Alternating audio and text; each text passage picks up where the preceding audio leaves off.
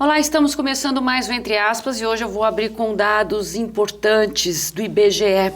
Cerca de 20% dos bebês que nascem anualmente no Brasil são frutos de uma gravidez precoce na adolescência. Para falar sobre esse assunto, convidamos o Dr. Itamar Ferreira Santos, que é médico, ginecologista e obstetra e também professor do curso de medicina da UNAEP. Doutor, muito obrigada pela sua presença aqui no Entre Aspas. Obrigado a vocês. Eu falei dados alarmantes, né? 20% é um dado muito elevado, né? Que o IBGE fala de uma gravidez na adolescência no nosso país, né? Esses dados correspondem com a realidade, doutor? Correspondem. Acredito até que, por sermos um país continental, né, de grandes dimensões, acredito que chegue até um pouco mais do que os 20%, né, de meninas, adolescentes que engravidam em idade muito precoce. E esses dados, o senhor vê trabalhando, né, nesses postos de saúde, né, isso se dá mais numa classe onde há uma predominância, menos poder aquisitivo, ou isso é de uma forma geral, nós podemos afirmar? Eu acredito que seja numa forma realmente geral, né, porque engloba vários fatores aí, como o núcleo familiar, por exemplo, e aí independe também do aspecto econômico financeiro da família, mas no nosso meio, na nossa população, a gente vê que realmente predomina as meninas que participam da população de baixa renda. Uhum. É mais predominante, mas não significa que não aconteça em outras classes, né? Uhum. O senhor tinha falado até antes do programa que o senhor acredita que esses números possam ser até maiores, né? Isso é uma questão de saúde pública hoje, muito séria. Gravíssimo, né? Uhum. Gravíssimo, até mesmo pelas repercussões que uma gravidez em idade muito precoce, num organismo que ainda não esteja preparado para a concepção, né, os riscos para a saúde, tanto da adolescente como mãe precoce, uhum, como para os fetos, para os recém-nascidos dessas mães, né, o índice de morbidade, o índice de patologias que são inerentes a essa faixa etária, né, quer dizer, realmente é gravíssimo isso. E a questão das nossas políticas, né? A gente sempre vem aqui e questiona, né? Nesse sentido que eu acho que é importante a gente colocar, né? Se nós temos dados tão elevados no Brasil, e isso atinge a saúde dessas mães e dessas crianças, né? Podendo inclusive prejudicar o crescimento e o bom desenvolvimento, né? E onde estão nossas políticas públicas nesse sentido? Elas até existem realmente, né? As políticas de saúde hoje, como aspectos de prevenções, programas de doenças sexualmente transmissíveis, né? Programas de saúde da mulher, elas estão funcionando, né? O que eu acho que pega muito na questão de repercussão, uhum, é que não depende só da saúde, das políticas de saúde. Uhum. Depende de um contexto geral em que o adolescente vive. No caso, por exemplo, o núcleo familiar. A gente sabe que hoje em dia na nossa população, no nosso país, o núcleo familiar ele tem um aspecto muito importante, muito falho muitas vezes, né? A mulher já não está mais, a mãe, vamos dizer assim, ela já não está mais presente em casa. Exatamente, é a mãe que trabalha fora, uhum, chega só de noite, uhum, não tem um acompanhamento no crescimento e desenvolvimento psicomotor dessa criança, né? Uhum. Muitas vezes o aspecto de companhias, nas escolas, né? A gente vê uma série de falhas nesses ambientes e que prejudicam a efetividade, né, dessas políticas de saúde. Dá para dizer que esses números eles se elevam ou eles se mantêm, doutor? Eu acredito até que tendem a elevar, na minha visão pessoal. Uhum. Eu acho até que tendem a elevar, porque hoje, no nosso país, nós estamos vivendo uma crise política, uma crise econômica, né? E de valores, de né? valores, Sério? Uma crise ética principalmente, uhum, uma crise moral, uhum, que eu acho que é a base de tudo. Uhum. Antes de vir a crise política e econômica, acho que vem a crise ética e moral. E a gente sabe que a moral e a ética vêm de berço, uhum, né? Então, se o berço está falho, aí vem as outras consequências. Aí você, como o senhor mesmo citou, né? Nós temos a questão familiar, se a família tem algum problema, mas aí vem toda essa história, como o senhor mesmo mencionou, e nós estamos vivendo, né? Uma questão de valores éticos, né? Seríssimos, né? E aí esse jovem tem toda essa estrutura, né? Ou mesmo dentro dessa desestrutura. Exatamente. Né? E essas informações não chegam a ele, ou mesmo se chegam de forma truncada, porque assim, a gente até pode falar, nós estamos numa geração diferente das nossas, onde a informação é muito mais rápida, muito mais fácil. Exatamente. Né? Nós temos a internet, é só num clique ali, você tem a informação, né? Esse jovem, na verdade, a gente poderia pressupor, é um jovem bem informado porque ele tem acesso a essas informações. E por que ocorre, né? Por que ocorre? Né? Vem sempre a pergunta, Exatamente. Né? Porque todos esses estímulos que hoje a criança dessas gerações mais novas, né, crescem com internet, crescem com televisão, com revista, com rádio, com tudo, né? E por que não absorvem?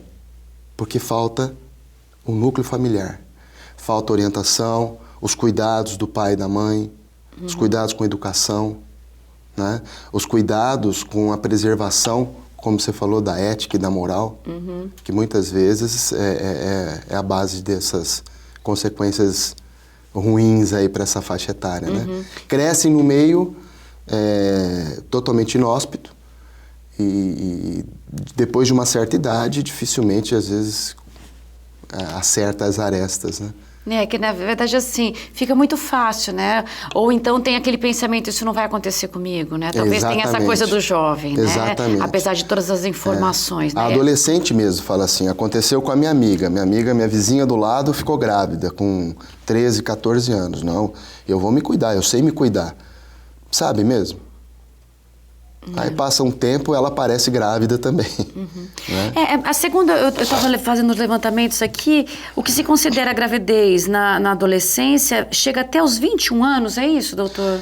Na realidade sim, né? Em termos de faixa etária, conceitualmente, mas eu hoje... achei que esse número era menor, que seria até pelo menos até os 17 anos, 18 anos. A maior abrangência é nessa faixa etária, tá? Entre os 14 até os 16, 17 anos de idade, a gente tem uma população onde se tem uma incidência maior dessa gravidez. Mas eu, pessoalmente, já tive várias adolescentes de 12, de 13 anos, que chegaram com a mãe ou chegaram sozinhas no ambulatório. E aí é um outro fato, né? Você vê que quando elas chegam até sozinhas no ambulatório para passar por uma consulta médica... Sinal que a estrutura familiar está zerada, né? Zerado. Ela não teve e provavelmente não terá apoio nenhum da família. Isso é sério, né? Nesse caso é realmente Exatamente. Sério, né? E uma gama enorme, hein? Meninas de abaixo dos 14 anos, né? Cuja legislação nossa hoje, a gente fala que o estupro, ele abaixo dos 14 anos, com ou sem o consentimento, é considerado uma agressão, né? Uma violência, né? Mas aí não se apura, né? Não se vai a fundo, mesmo porque a menina não vai falar, ou ela tem vergonha, ou Como é que acontece quando casos desses chegam nos postos de saúde? O senhor que está muito à frente nesse atendimento. Na realidade, a primeira coisa que eu faço quando eu atendo essas crianças, para mim são crianças, né? É chamar o responsável. A primeira coisa que eu faço. Eu não inicio uma consulta médica sem a presença do pai, da mãe ou de algum responsável que seja de maior idade e esteja ali, não só por ser maior de idade, mas que vai assumir as responsabilidades inerentes àquela situação. É possível acompanhar a trajetória dessa menina, né, a partir do momento que ela faz essa primeira consulta? O que acontece com ela? Qual que é o percurso que ocorre com ela? É possível vocês terem esse processo? Sim. Na realidade, assim, quando elas engravidam, elas têm muitas vezes, até vou dizer assim, um pouco de mais consciência do que mulheres adultas já, né? Que realmente abandonam o pré-natal por vários motivos. Então, eu não sei se é aquela expectativa do adolescente, mas elas costumam ser até meio fiéis. Olha, é surpreendente até, né? É porque a gente imagina uma menina... O problema que de adesão ou elas abandonarem o segmento está relacionado com outros aspectos. Por exemplo? Uso de drogas. Tá. Que aí ela não vai ter a menor noção, né? Do que é um pré-natal, do que está crescendo dentro do seu ventre, né? E... Tipo assim, o núcleo familiar muito deturpado, né? Onde ela não vê realmente a importância dos fatos. Quando ela não vê a importância que tem de um ser vivo crescendo dentro do seu ventre, a importância que ela tem de cuidar da sua saúde, né? Eu acredito que... É porque ela não é cuidada, né? Exatamente. Então ela não vê, às vezes assim, a gente fala assim, essa menina não cuida do filho, mas é porque como ela não foi cuidada, ela também não tem essa referência de cuidar, né, doutor? Você só passa alguma coisa para alguém se você recebeu. Né? Então, se você não teve educação, se você não teve instrução, se você não teve informação, você não vai passar isso para os teus filhos. Quer dizer... Ou se passar, vai passar muito pouco, né? Não o suficiente para que eles tenham um desenvolvimento, né, psicomotor aí apropriado.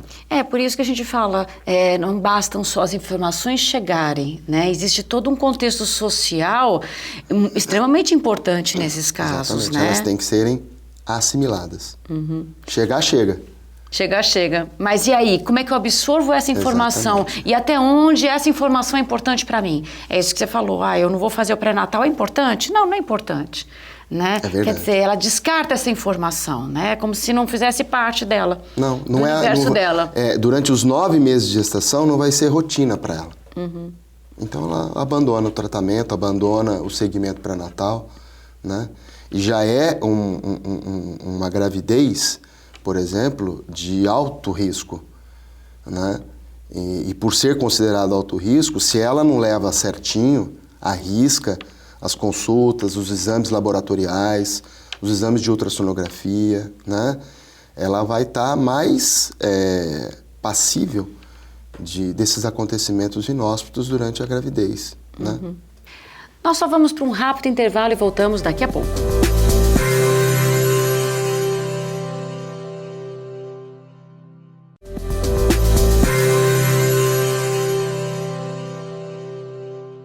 Voltamos com Entre Aspas e o assunto de hoje é gravidez na adolescência. Doutor Itamar, a gente falou no primeiro bloco essa questão social séria, né?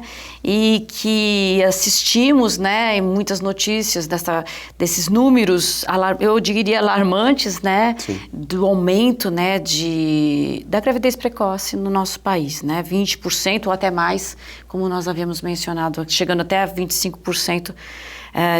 Dessas jovens, né, anualmente. E o senhor pontuou no final do nosso primeiro bloco a questão do risco dessa gravidez na questão da saúde da mãe e do bebê. Quais são os riscos de fato? Bom, considerando, né, a idade precoce de uma gravidez, por exemplo, de uma menina de 12, 13 anos, que mal acabou de ter sua primeira ovulação, segunda ovulação, né? E já engravida... Nem se desenvolveu, né? Nem se desenvolveu, né? Nem mentalmente, nem psicologicamente, nem fisicamente, né? Então ela passa a ter uma condição de uma mulher adulta, já preparada para uma concepção, só que cujo organismo dela não tem o menor preparo, né?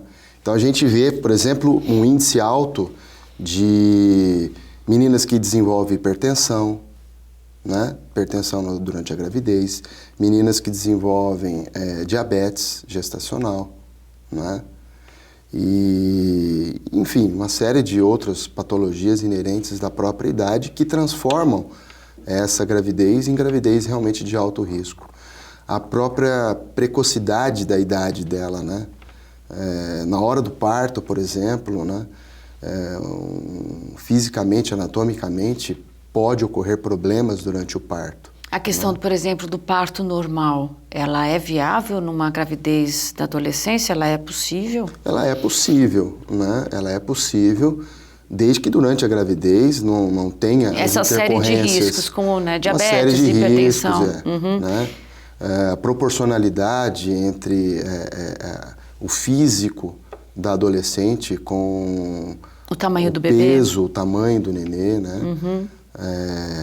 As anormalidades de apresentação, de posição do feto, enfim, uma série de consequências inerentes à precocidade, né? Da idade dessas pacientes. E na questão do bebê, né? Quais as intercorrências, né? O que pode ocorrer com esse bebê? O índice, riscos, o né? índice de parto prematuro, por exemplo, afeta diretamente ao recém-nascido, né? Ao bebê. Então é um número grande. Um número grande de gravidez que se interrompe antes do tempo, né? Que é o parto prematuro. E uma das principais complicações para o feto que concerne à prematuridade é o problema respiratório, né? Entendi. É o sistema respiratório do feto que ainda não está preparado Não para foi estar bem aqui formado. fora. Não tem tá as condições, entendi. Condições de maturidade para se fazer as suas funções aqui fora. Então, o parto prematuro, a prematuridade no adolescente também é uma consequência grave. E isso pode gerar para esse bebê um desenvolvimento... ele pode ter prejuízo a maior parte porque você tem como reverter? Na maioria dos casos, como é que fica esse bebê ao nascer? Olha, a gente vê índice, quando você tem partos prematuros, de adolescentes com idade muito precoces, né? A gente vê, por exemplo, alterações no aprendizado, né? No intelecto, né? Não só na parte física, mas na parte de intelecto, de mental, né? A gente vê um certo déficit aí.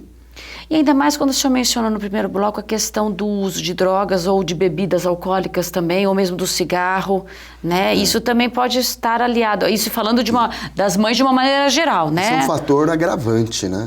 Que aí agrava ainda mais, né? Mas muito mais, né? De uma maneira bem vertical, né? Porque se ela já tem um certo risco pela própria precocidade de uma gravidez nessa idade... Ela só vai somando, Você imagine somando os hábitos pessoais maléficos para a saúde dela. Então, o uso de drogas, o uso do cigarro, o consumo de bebida alcoólica hoje em adolescentes... É assustador também. Assustador. E elas não param, né? E elas não param. Não param. Não param. Então, é muito grave, né? É muito grave. Não só o que concerne à idade precoce, mas os hábitos que a envolvem, né? Durante a gravidez. Nós falamos na hora do intervalo aqui essa questão, e eu queria, se fosse possível, a gente retomar, e até porque a senhora faz um acompanhamento dessas meninas, né, nos postos, chega a hora, tem o parto, e aí, né? Essa criança, né, que a gente sempre pergunta, bom, ela saiu saudável no primeiro momento, bom, o que acontece? O que essa jovem, né, qual que é o caminho dela na sequência disso, né, normalmente, o que se vê? Olha, normalmente, não vai ser ela que vai educar, que vai criar, assim, geralmente essas crianças, né? Ela vai ter, se tiver... Ela vai ter o apoio da mãe. Se tiver, né? Se tiver. Da tia, de quem ela convive, né? Porque ela sozinha, ela não tem essa experiência, ela não tem esse preparo para lidar, às vezes com ela mesma, ainda mais com o filho recém-nascido, né? E eu já tive algumas experiências até ruins de pessoas que estavam na maternidade justamente para pegar a criança, adotar essa criança na maternidade. No mesmo momento. Porque a adolescente rejeita ou rejeitou essa criança desde a sua concepção, né? E é muito triste ver isso. É verdade. Já vi inúmeras vezes, né? Eu posso de pessoas imaginar, que ficam, porque... logicamente elas não ficam muito visíveis ali, mas a gente sabe que elas estão ali na maternidade para levar a criança. Para levar a criança. Que já tem um acordo, inclusive, até mesmo com a família. Né? O que eu acho mais absurdo ainda.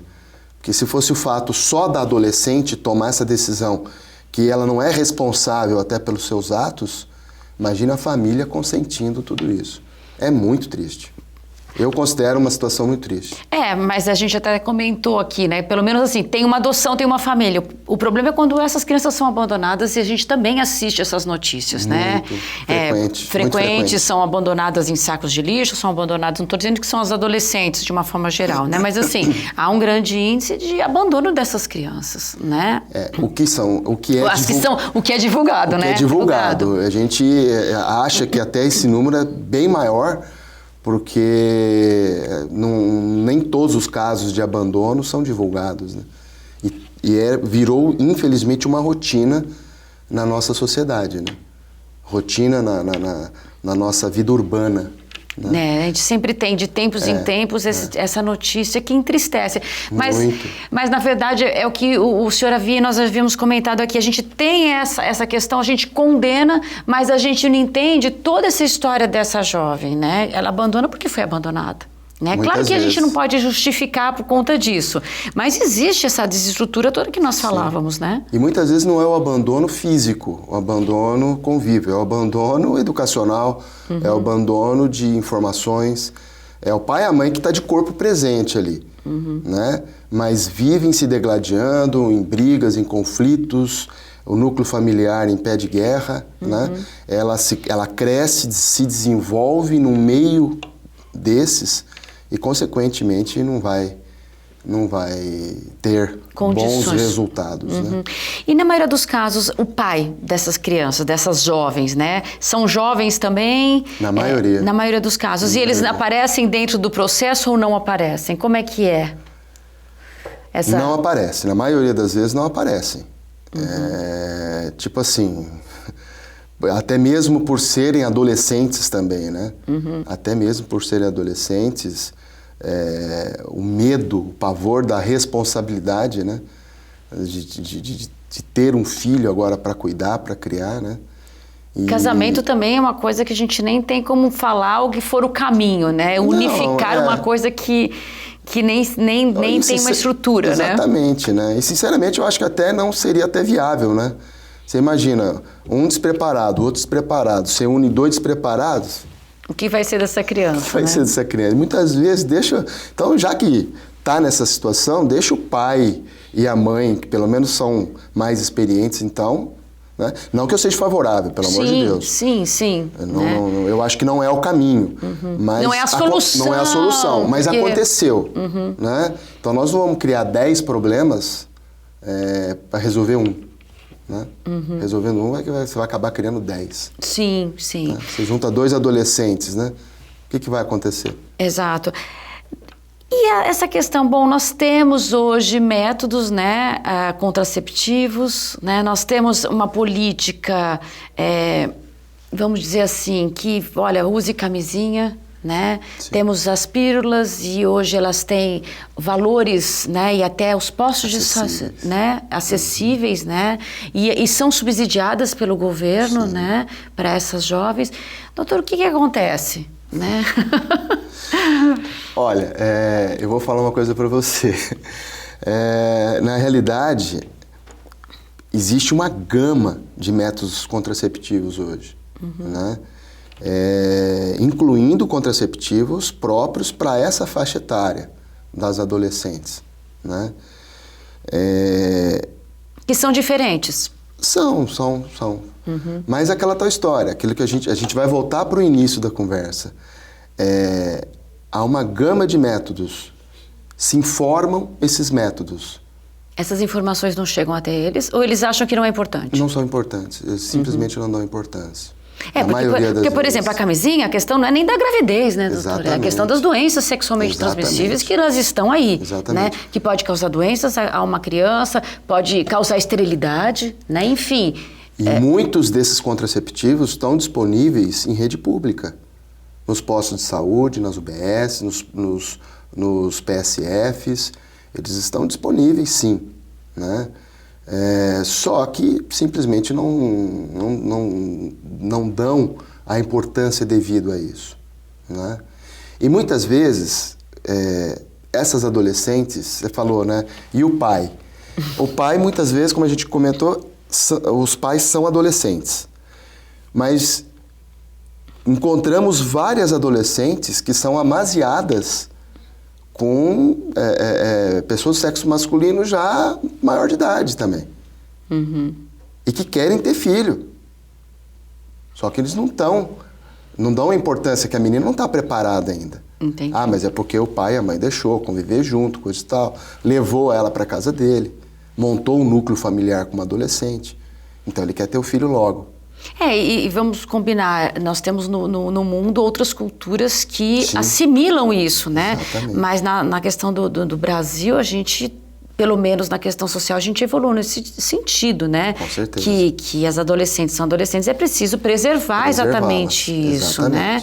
E mesmo que você tenha uma relação com essa adolescente, a gravidez é um outro passo muito mais sério, né? Do que nós já colocamos aqui, a questão da saúde dessa jovem e desse bebê também, né? Exatamente. Então é preciso que se alerte quanto a isso, né, doutor? Com certeza. Olha, muito obrigada.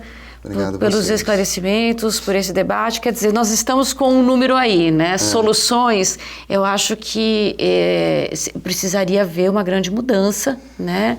É um tema... É um tema bem... É um tema muito abrangente. É um tema muito discutido, muito abrangente. No meio médico, né? Se discute muito isso em jornadas, em congressos, né? Quais são as alternativas, os caminhos alternativos para que essa gama de contraceptivos tenham a importância para essa população. Que cheguem a eles, né? E não só cheguem, mas que eles deem importância a isso, para a gente não ver gravidez indesejada em idade precoce, doenças sexualmente transmissíveis. Esses números, né, doutor, que realmente são alarmantes. São alarmantes. São alarmantes. Para um país igual ao nosso, dito em desenvolvimento, eu acho que não condiz muito com a nossa realidade, não. É verdade. Fica aí, então, essa reflexão para Exatamente. hoje, né? Doutor, muito obrigada. Obrigado a vocês pela oportunidade. O Entre Aspas fica por aqui e até semana que vem.